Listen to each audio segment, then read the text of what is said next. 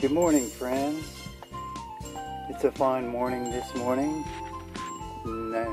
Today's lesson, the second lesson here, is about taking off of what yesterday's lesson was about everybody looking for something and nobody satisfied.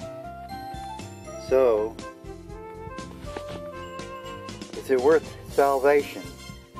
Or are we going to fall short of the glory of God Himself?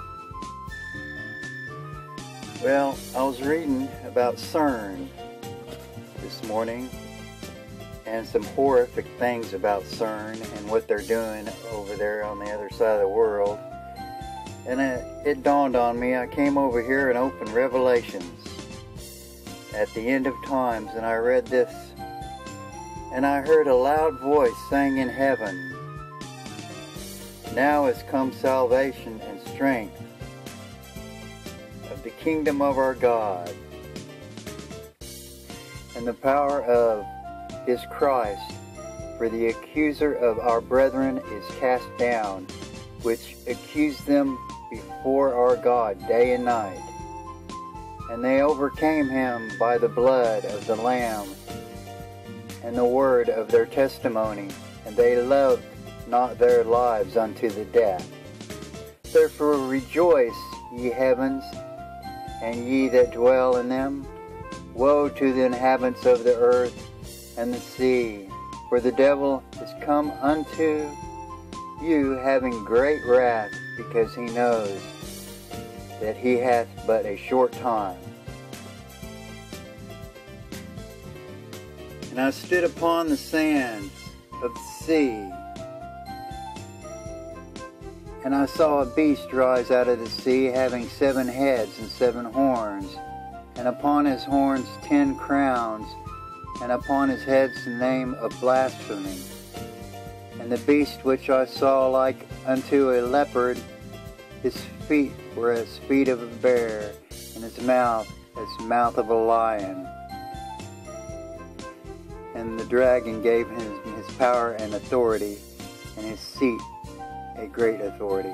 And I saw one of his heads was wounded to death, and his deadly wound was healed, and all the world wandered after the beast.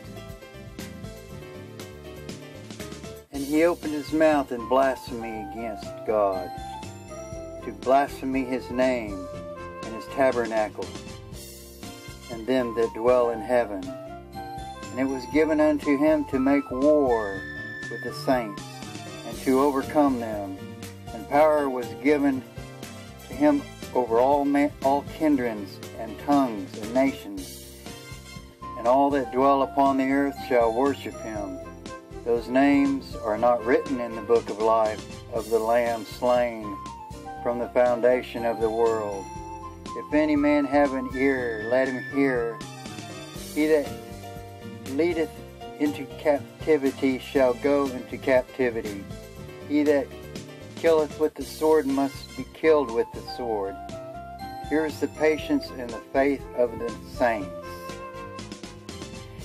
And I behold another beast coming up out of the earth, and it had 2 horns like a lamb, and he spoke as a dragon, and he exercised all power of the first beast before him, and causeth the earth and them which dwell therein to worship the first beast, whose deadly wound was healed, and he doth great wonders, so that he maketh fire come down from heaven upon the earth in the sight of men.